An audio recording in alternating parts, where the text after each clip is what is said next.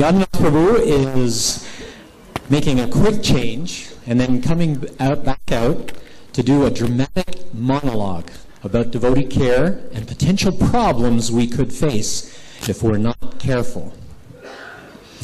This particular piece is called 50-50.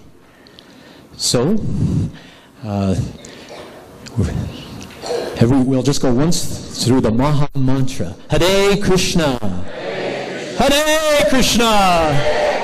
Krishna Krishna. Hare Hare. Hare Rama. Hare Rama. Rama Rama. Hare Hare.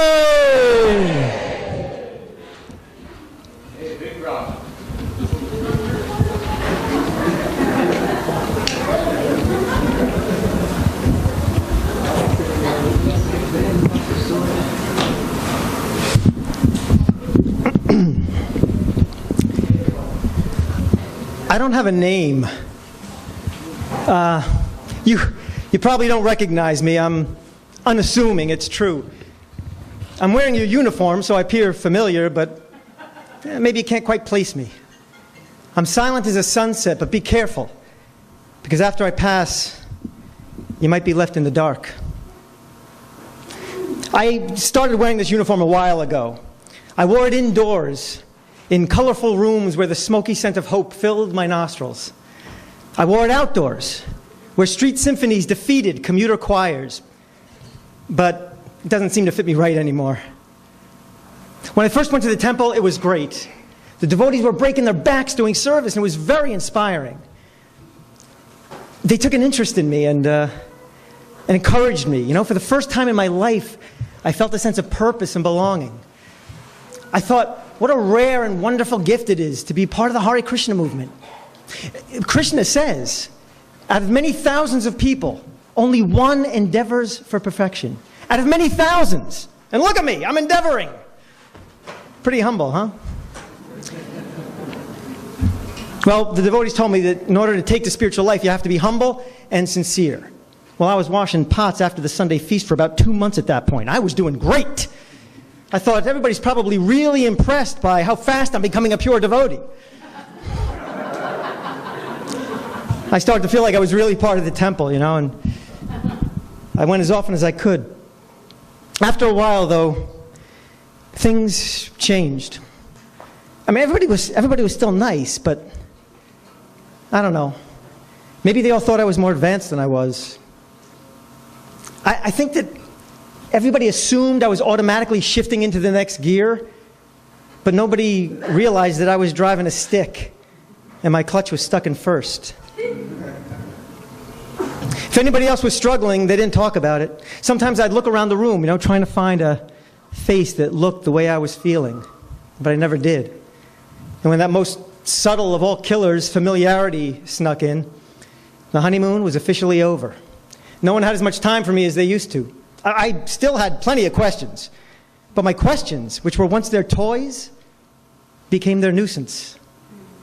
Impatience strangled encouragement. Complacency conquered inspiration. I probably should have brought up my issues rather than waiting around to be asked. Well, I guess it's naive, but I thought my own doubts and fears might affect their faith, and I didn't want that. Plus, it's just embarrassing to feel like the process is working for everyone except me.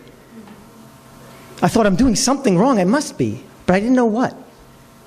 And I didn't know how to change it.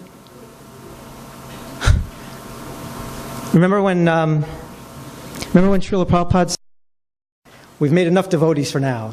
It's time to boil the milk." Remember when he said that? Time to boil the milk. Jai Srila Prabhupada. Unfortunately, sometimes the milk never gets boiled. It just gets left out until it spoils. I started thinking, why am I even doing this? You know, am I here just for the prasadam? I often found myself faking it with devotees. I said I was all right when I was confused. I acted fixed up when Maya had me reeling.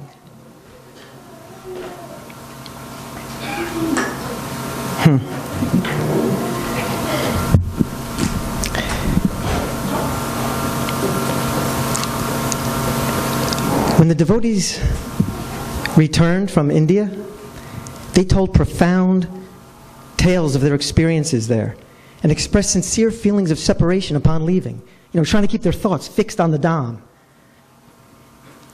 When I got back from India, the only thing I could think was, thank God I'm back from India.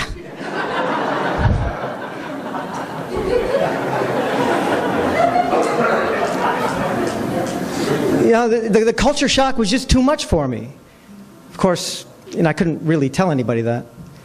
Actually, spiritually speaking, I don't think I made any advancement at all after my first few months. I saw other devotees gaze lovingly at the deities. It looked like they were really seeing Krishna there. I always saw statues. I looked at the deities as if I was real and they were stone, trying to see their eyes or heads move, something so that my faith would increase. The reality, of course, is they are not stone. They are real. And my heart is stone. And look, I know miracles are a cheap ticket to faith, but it was all I could afford. I thought over time my heart would soften, but it hasn't. Something else Srila Prabhupada said was, if anybody ever leaves ISKCON, it's 50% their fault and 50% our fault. Whatever. I mean, these devotees, they're good, they are. They just...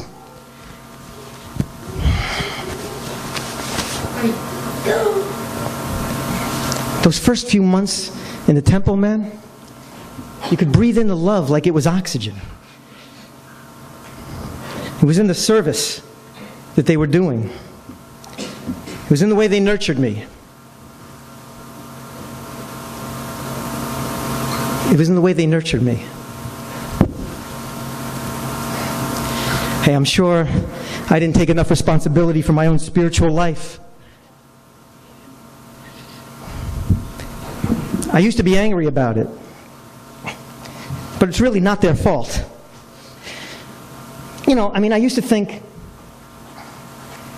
I used to think, how can they always talk about love being the most precious of things, and then hoard it away like a sun that keeps its rays in a burlap bag?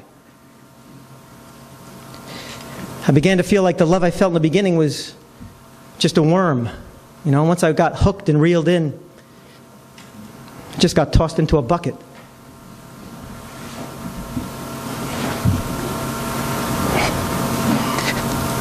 Look, I'm not angry about it, okay? I just wish that... You know what? I don't want to make an offense.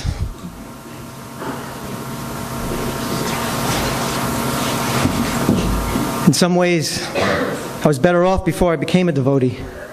Back when I was just checking out the temple, with no regular service. The future was wide open. It was so exciting then. Just didn't last.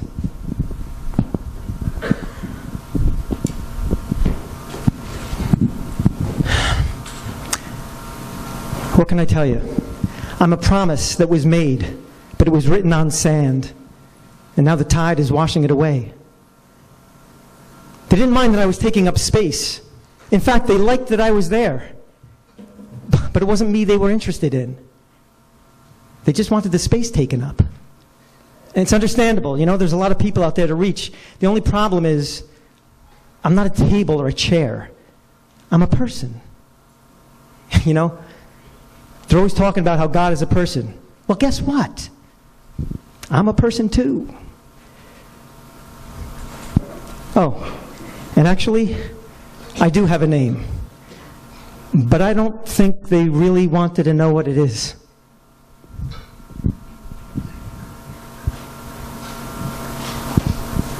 Do you?